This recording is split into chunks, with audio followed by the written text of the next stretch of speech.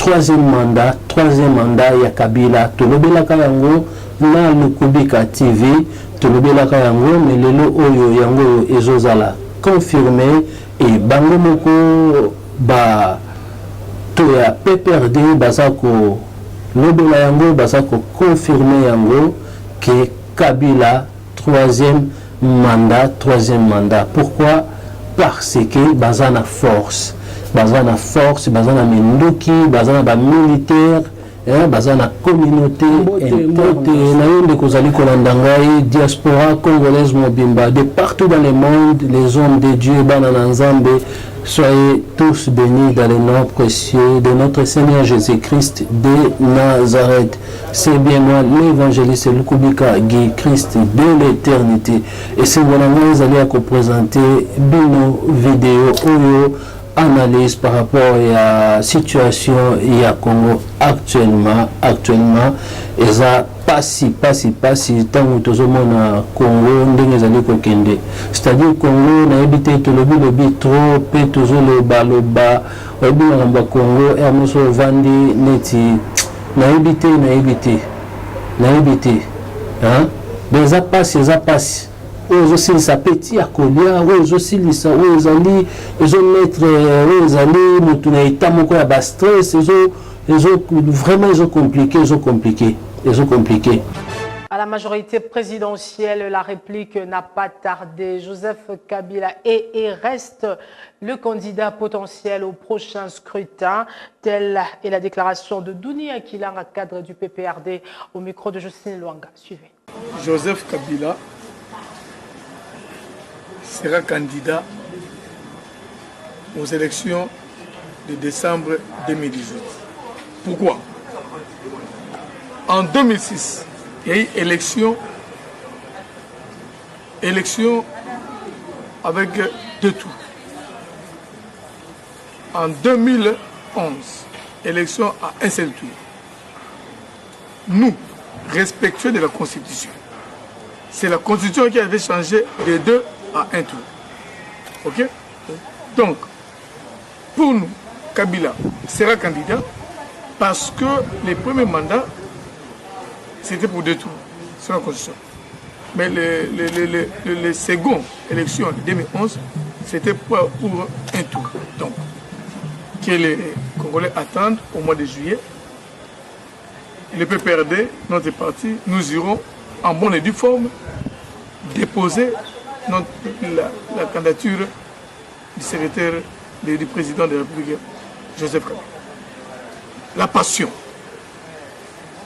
La passion du Congo. Il ne veut pas laisser quitter le pays, mais la Constitution lui donne juste les 2 mandats. Non, mais pourquoi vous compliquez les choses? Vous interprétez la Constitution de votre façon ou comment? Ceux qui veulent discuter à cette question, qu'ils aillent demander l'interprétation de la Cour constitutionnelle. Ah, c'est pourquoi on a changé, hein, c'est dans notre promètre nous irons, les gens qui vont interpréter la candidature de président Kabila. Déposer la candidature de Joseph Kabila. Un point par. Donc, c'est la même constitution qui avait reconnu les élections de 2 tours et c'est la même constitution qui a été changée pour un seul tour. Donc, rien à faire. Moi, je parle en tant que responsable de la mobilisation propagande.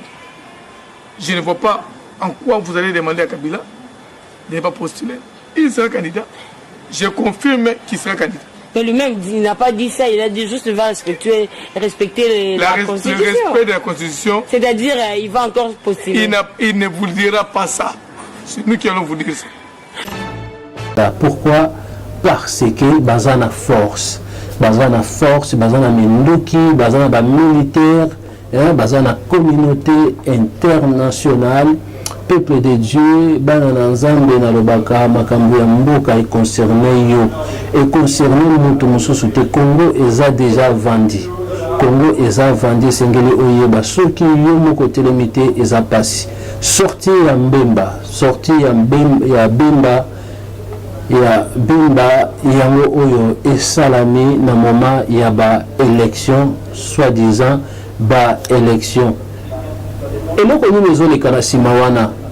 J'ai mis les zones na Simawana puisque ba Moïse ba Félix ba bato nyonso yo bazwa kitana bango ko tambola pona ko luka solution azo luka batia yo azo luka yezo esika azo luka boyeme nyonso wana ebeti poto du coup totala kaka babimisi mbemba bato oyo babimisi mbemba eza bato oyo bango bakangaki mbemba babimisi mbemba na raison nini.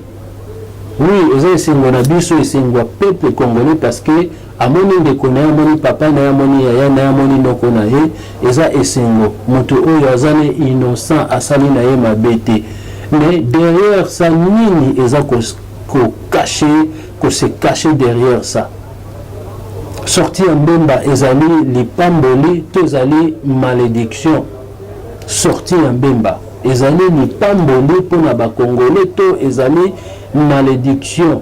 Eza événement bandeko to négliger yango te bo négliger yango te, vraiment c'est très important.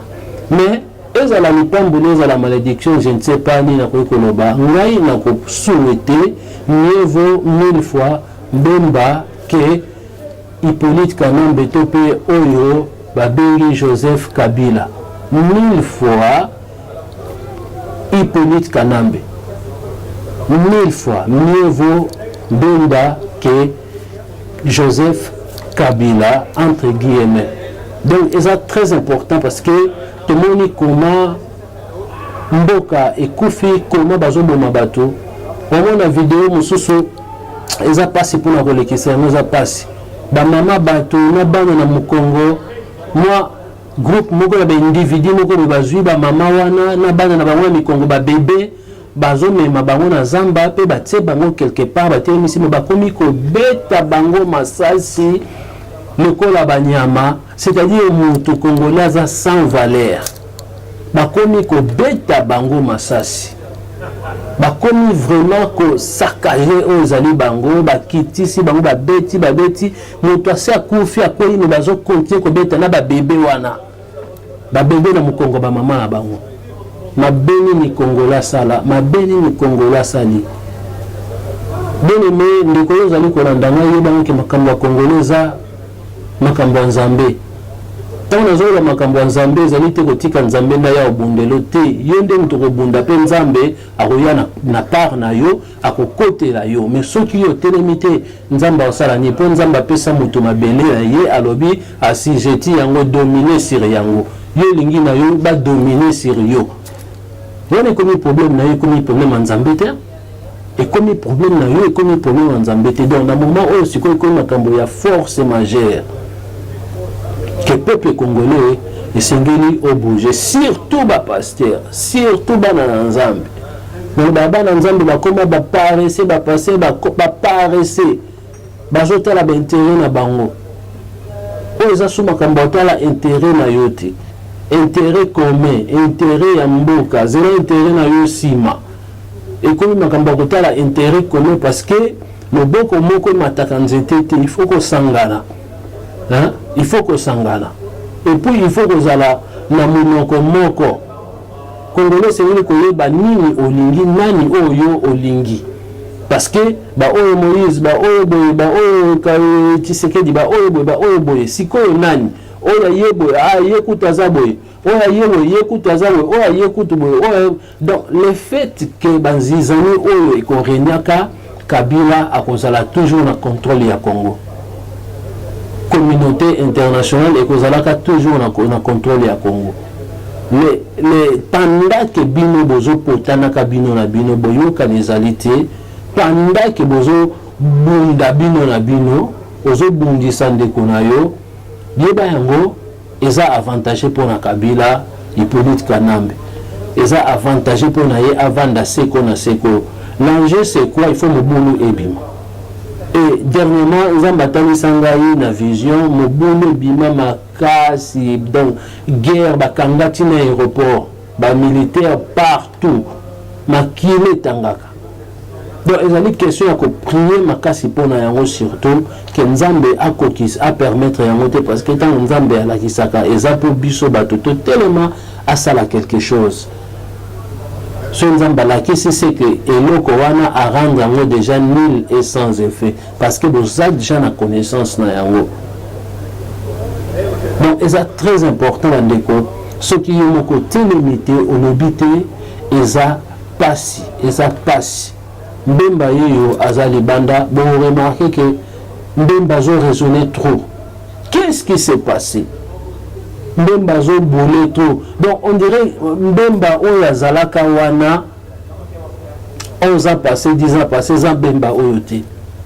Azo raisonné trop, azo boulé trop. Et le Benaye est commis avec beaucoup de prudence, beaucoup de sagesse, le col basango. Donc Bemba azo boulé trop. Ayebi makamoni alobi, ayebi makamoni awuti komona, ayebi bakor nini oyo ye assigné pour batika ye, ayebi makamoni balobi na ye, bakor nini tope oyo ezali mandat tope ba ordre nini oyo bapesi ye, ayebi yango. Bakangi Bemba munoko.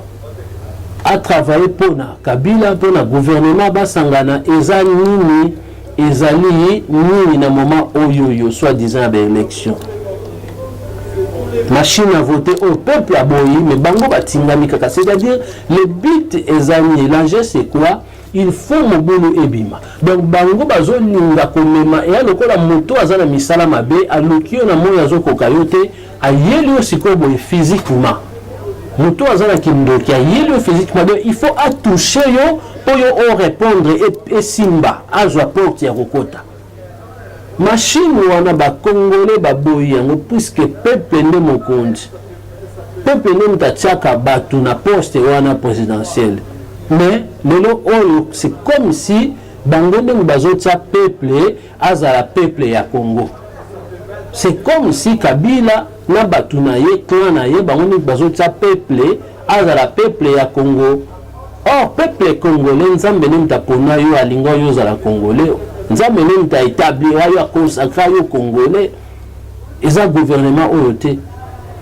Donc c'est-à-dire il faut peuple congolais o la moka na aspect na plan tout ba service ba département nyonso parce que on les allait dernier coup de sifflet donc ils a encore na espoir ce qui peuple congolais au sali quelque chose ko sangana quelque chose na zolo ba na cadre ya ko sangana parce que l'état au Congo comité Congo zokende eza passe na zolo ba biloko moko po emema biso na raisonnement bien aimé ndeko zo landangai nazoninga na memayo na raisonnement nalingi te na kende parce que comme Bemba sali boye Mbemba za boye oyo yaza boye te nazomona je crois que yo pozomona mais tout raisonner ensemble qu'est-ce qui se passe derrière ça. Mbemba déposer aux années candidature na ye mais qu'est-ce qui se passe, qu'est-ce qui va se passer? Kabila pa lobi Yépe, à lobby yango directement mais indirectement dans nzela bato na ye ye azosala ngo na ndenga ya kati. Qu'est-ce qui se passe? Mobulu nini, confusion nini bazolinga ba créer. Nini eza ko se cacher derrière sortie ya Mbemba pe derrière candidature ya Kabila. Nini eza ko se cacher wana pour créer et botanine. Puisque Kabila, soi-disant Kabila, a sali déjà 2 mandats. Et 3e mandat, constitution, ils ont permettre de mais badindami. Moi, je ne crois pas que Kabila a la force, non. Mais, il a commanditaire. Commanditaire, bangonde a la force. Bangonde a tiré, bangonde a salarié à ça. Kadhafi oto baki bazala na force le bazate ba Saddam Hussein to yebaka lelo bazate banani babokasa totanga banani ba Mobutu